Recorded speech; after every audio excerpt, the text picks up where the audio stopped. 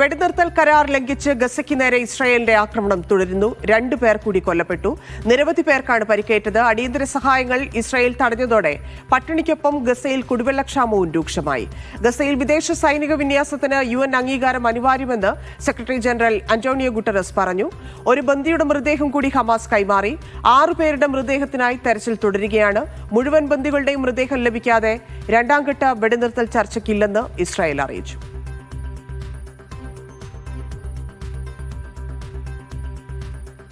MCA Nasar ചേരുന്നുണ്ട്. MCA, ഇനി 5 മൃതദേഹങ്ങൾ കൂടിയാണ് ലഭിക്കേണ്ടത്.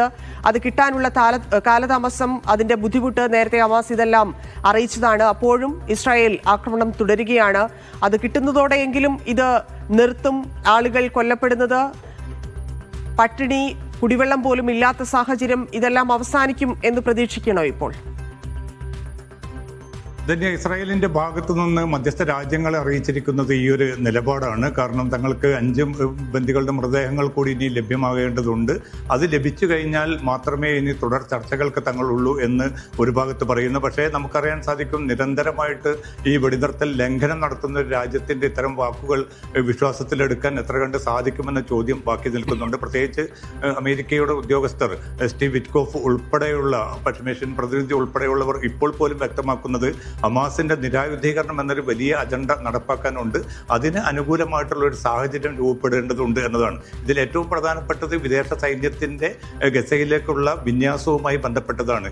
ഇങ്ങനെ ഒരു വിന്യാസം നടക്കണമെങ്കിൽ അതിന് UN-ന്റെ അനുമതി ലഭ്യമാക്കേണ്ടതുണ്ട്. അതുമായി ബന്ധപ്പെട്ട നടപടിക്രമങ്ങൾ ഇപ്പോൾ തന്നെ ആരംഭിച്ചിട്ടുണ്ട്. UN സെക്രട്ടറി ജനറൽ ഇന്നലെ തന്നെ വ്യക്തമാക്കിയിരിക്കുന്ന ഒരു കാര്യം, പൂർണ്ണമായിട്ടും UN-ന്റെ അനുമതി ഈ സൈനിക വിന്യാസത്തിന് വേണം. അതിൽ പിന്നെ ലക്ഷ്യങ്ങൾ കൃത്യമായി തന്നെ നിർണ്ണയിക്കപ്പെടണം. ആ ലക്ഷ്യങ്ങൾ എന്തായിരിക്കും, ഗസയുടെ യുദ്ധാനന്തര ഭാവിയുമായി ബന്ധപ്പെട്ട് അതോടൊപ്പം തന്നെ ഭാവിയിലുള്ള സുരക്ഷാ വെല്ലുവിളികളെ എങ്ങനെ നേരിടും എന്നത് സംബന്ധിച്ച കൃത്യമായിട്ടുള്ളൊരു ഫോർമുല ഉണ്ടെങ്കിൽ മാത്രമേ UN-ന്റെ അനുമതി നേടാൻ സാധിക്കുകയുള്ളൂ. എന്തായാലും വിവിധ ലോകരാജ്യങ്ങളുമായി ഇതുമായിട്ട് ബന്ധപ്പെട്ട ആശയവിനിമയം തുടർന്നുകൊണ്ടിരിക്കുന്ന UN സെക്രട്ടറി ജനറൽ ആന്റണി വ്യക്തമാക്കിയിട്ടുണ്ട്. തുടർ നീക്കങ്ങളും ഇതുമായി ബന്ധപ്പെട്ട് മുന്നോട്ട് പോകുമെന്ന പ്രതീക്ഷയാണ് UN സെക്രട്ടറി ജനറൽ പങ്കുവെക്കുന്നത്. അതേസമയം ഇസ്രായേൽ തങ്ങളുടെ നിലപാടിൽ തന്നെ ഉറച്ചു നിൽക്കുകയാണ്. ബന്ദികളുടെ മൃതദേഹം കൈമാറട്ടെ, തുടർന്ന് മാത്രം മറ്റു കാര്യങ്ങൾ നീക്കാമെന്ന്. അതോടൊപ്പം തന്നെയാണ് യെല്ലോ ലൈനിന് പുറകിലുള്ള ഒരു ഹമാസിന്റെ തുരങ്കം.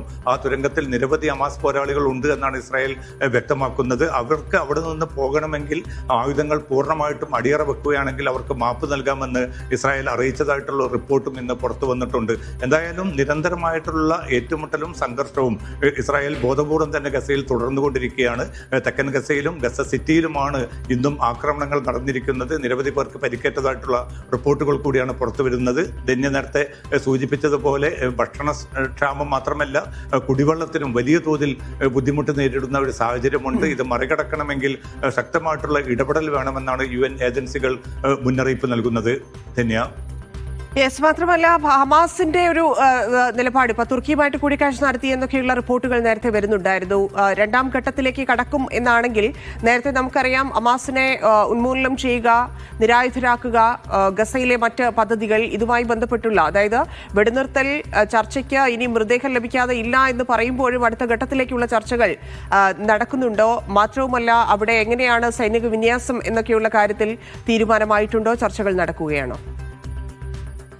ഇതിൽ ഏറ്റവും പ്രധാനപ്പെട്ടത് ആദ്യഘട്ടവുമായി ബന്ധപ്പെട്ട് ഫലസ്തീൻ സമൂഹത്തിൻ്റെ താല്പര്യങ്ങൾ ഉയർത്തിപ്പിടിക്കുന്ന പ്രായോഗികമായിട്ടുള്ള നടപടികൾ ഇത്ര ദിവസങ്ങൾ, കാരണം കഴിഞ്ഞ മാസം 10-ാം തീയതിയാണ് ഈ വെടിനിർത്തൽ കരാർ പ്രാബല്യത്തിൽ വരുന്നത്. ഇത്ര ദിവസങ്ങൾ പിന്നിട്ടിട്ട് പോലും ഗസയിലേക്കുള്ള റഫ അതിർത്തി തുറന്നിട്ടില്ല. ഗസയിലേക്ക് നിത്യം 600 ട്രക്കുകളെങ്കിലും അയക്കുമെന്ന് കരാറിൽ വ്യക്തമാക്കിയിരുന്നു. അതുണ്ടായിട്ടില്ല. അതോടൊപ്പം തന്നെ യുദ്ധാനന്തര ഗസയുടെ ഏറ്റവും മിനിമം ഈ താൽക്കാലിക താമസ സൗകര്യങ്ങൾ ഒരുക്കുമെന്ന് വ്യക്തമാക്കിയിരുന്നു. അതുണ്ടായിട്ടില്ല. മരുന്നുകൾ പരമാവധി എത്തിക്കുമെന്ന് പറഞ്ഞു. അത് നടന്നിട്ടില്ല.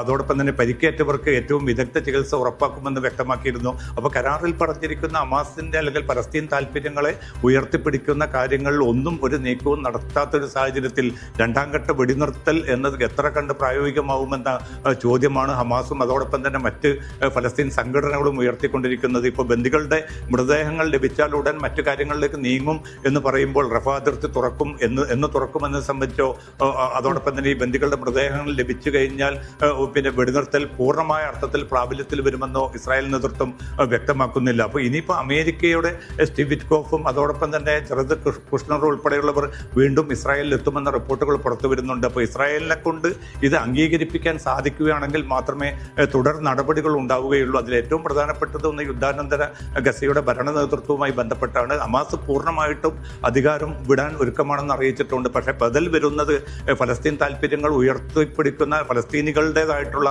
ഒരു ബദൽ സർക്കാർ ആയിരിക്കണം എന്ന കാര്യത്തിൽ അവർക്ക് നിഷ്കർഷയുണ്ട്. പക്ഷേ ഫതഹിനെ പോലും അല്ലെങ്കിൽ ഫലസ്തീൻ അതോറിറ്റിയെ പോലും ഈ ചുമതല ഏൽപ്പിക്കുകയില്ല എന്ന ഒരു നിഷേധ നിലപാടാണ് ഇപ്പോൾ ഇസ്രായേൽ സ്വീകരിച്ചു വരുന്നത്. അതും തുടർ ചർച്ചകൾക്ക് ഏറ്റവും വലിയ പ്രതിസന്ധി സൃഷ്ടിച്ചുകൊണ്ടിരിക്കുകയാണ്. മാത്രമല്ല MC, നമുക്കറിയാം അവിടെ എത്രത്തോളം കടുത്ത അവസ്ഥയായിരുന്നു, എങ്ങനെയാണ് പട്ടിണി മരണം. ഏതാണ്ട് 500ഓളം മനുഷ്യർക്ക് പട്ടിണി കാരണം ഈ ഭക്ഷണവും വെള്ളവും ഇല്ലാതെ ജീവൻ നഷ്ടപ്പെടുന്ന സാഹചര്യം ഉണ്ടായിരുന്നു. അതിലാണ് അത്രയധികം പ്രതിഷേധം ആ സമയത്ത് ലോകരാജ്യങ്ങളിൽ ഉണ്ടായത്. അപ്പം അവശ്യ സാധനങ്ങൾ എത്തിക്കുന്നതിൽ അന്താരാഷ്ട്ര തലത്തിൽ അല്ലെങ്കിൽ അന്താരാഷ്ട്ര സംഘടനകൾ കൂടുതൽ ഏകോപനം നടത്തേണ്ട ഒരു സാഹചര്യത്തിലേക്ക് കൂടി കാര്യങ്ങൾ കടക്കുകയാണ്. അത്തരത്തിലുള്ള ചർച്ചകൾ നടക്കുന്നുണ്ടോ? റഫ അതിർത്തി അത് വലിയ ബുദ്ധിമുട്ടിലായിരിക്കുന്ന സാഹചര്യം ഉണ്ടാക്കുന്നുണ്ട്. ആ കാര്യത്തിൽ എന്തെങ്കിലും തീരുമാനം, അത് മൃതദേഹങ്ങൾ കൈമാറിയാൽ എന്നത് മാത്രമല്ല അത് വലിയ അപകടമുണ്ടാക്കുന്ന സാഹചര്യത്തിലായതുകൊണ്ട് അതിനു മുമ്പ് ഒരു തീരുമാനത്തിലേക്ക് എത്താനുള്ള സാധ്യത കാണുന്നുണ്ടോ ഇപ്പോൾ? നിത്യവും 600 ട്രക്കുകൾ അയക്കേണ്ടതിന് പകരം ഇപ്പോൾ ഇന്നിപ്പോൾ അയച്ചിരിക്കുന്നത് 124 ട്രക്കുകളാണ്. അപ്പോൾ 100-125 ട്രക്കുകൾക്ക് അധികം പിന്നെ അനുമതി പോലും നൽകുന്നില്ല. അപ്പോൾ